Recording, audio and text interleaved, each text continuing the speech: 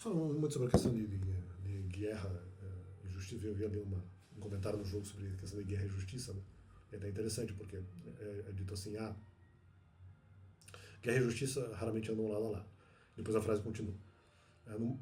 Em guerra há criminosos e há inocentes. Então, é como assim, todos são criminosos e todos são inocentes.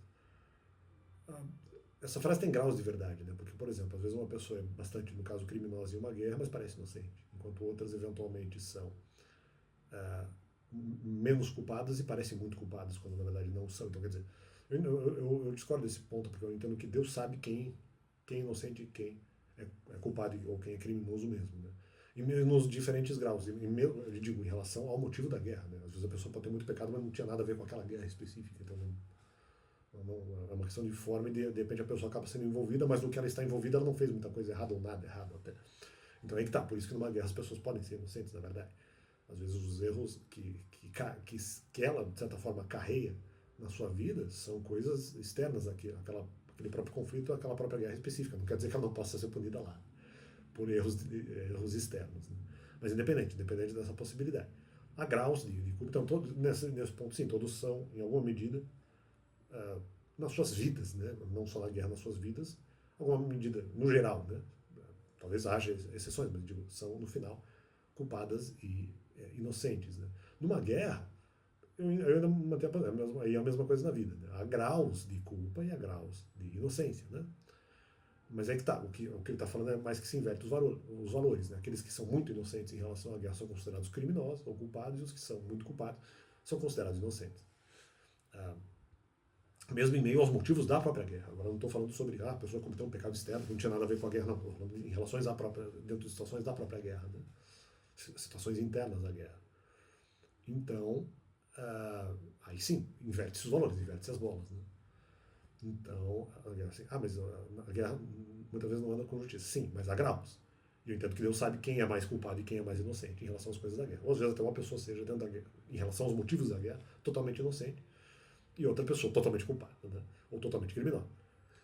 Então eu não concordo que não haja, porque na verdade diz, quem é envolvido na guerra totalmente inocente e totalmente criminoso. Mas Deus sabe quem é. E as pessoas no geral não sabem, por isso que não há justiça na guerra, porque as pessoas no final acabam invertendo as bolas, né? Favorável aquilo, às próprias ideias delas. Então esse é um segundo ponto. Né? E daí uma terceira fase que ele diz assim, não, depois a justiça é decidida pelos vitoriosos, para expor para os outros. Né? Mas de qualquer forma não, porque daí eu entendo que Deus saiba quem é quem. Né? Ah,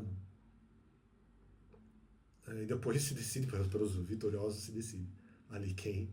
Então, mas justamente, mas aí essa frase eu acho que ela estava muito vinculada à primeira, né? A análise que é feita por um vitorioso, que não foi justo, porque muitas vezes tem uma imagem inocente e que agiu de maneira errada na guerra para eventualmente com o objetivo de ganhar, né? Agiu de maneira ah, não muito decente, vamos dizer assim. Esse muitas vezes vitorioso, né? Ou vitoriosos, é que eventualmente, inadequadamente, né? Acabam daí construindo uma contra-história, uma anti-história, com o objetivo de no final decidir quem era criminoso e quem era inocente, na verdade mascarar quem era criminoso e quem era inocente. Né?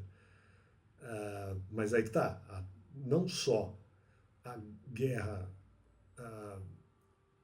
em guerras, guerra e justiça raramente andam juntas, né?